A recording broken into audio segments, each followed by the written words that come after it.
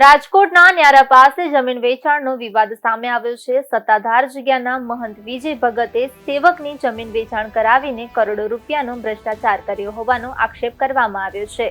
મહંતના સેવક જગદીશ રાઠોડ દ્વારા વિજય ભગત સામે આક્ષેપ કરવામાં આવ્યો છે।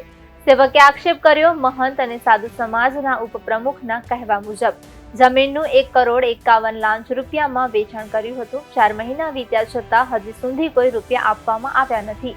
જગદીશ રાઠોડ દ્વારા પૈસા માંગવા પર મહંત વિજય ભગત દ્વારા અયોગ્ય જવાબ આપી સત્તાધાર ધામમાંથી બહાર કાઢવામાં આવ્યા હતા।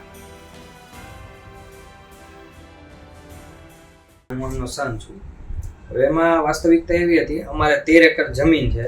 એ જમીનનું ટૂંકમાં બધું ક્લિયરિંગનું હાલતું હતું। તો એમાં અમારે ક્લિયરિંગનું હાલતું હતું ને, તો એમાં પછી સામતભાઈ આવ્યા। સામતભાઈને અમે પૂછ્યું કે ભાઈ તમે કોના થ્રુ આવ્યા? તો સામતભાઈએ કીધેલું અમને વિજય ભગતે મોકલેલ છે। વિજય ભગતે કીધું કે ભાઈ આ લોકો સત્તાધારના સેવક છે અને તમે સેવક છો તો તમે એની મદદ કરો, આ જમીનનું જે કંઈ પણ પ્રકરણ છે ને એ ક્લિયર કરાવવામાં। તો અમે કીધું વાંધો નહીં, વિજય ભગતે કીધેલું છે તો એમાં પછી કંઈ બીજી વાત ના હોય, એમાં બધું સારું જ હોય, એવી બધી વાત થયેલી હતી। 30/5/2025 મારા પપ્પા અને એના ભાઈબંધ એ સત્તાધાર ગયેલા હતા આ વાત કરવા માટે કે ભાઈ વિજય ભગત અમારી સાથે અન્યાય થયો છે। તો વિજય ભગત પાસે ગયા ને વિજય ભગતે કીધું કે વાંધો નહીં, જે કાંઈ પણ હશે હું સામતભાઈને વાત કરી લઈશ અને તમને તમારું પેમેન્ટ મળી જશે।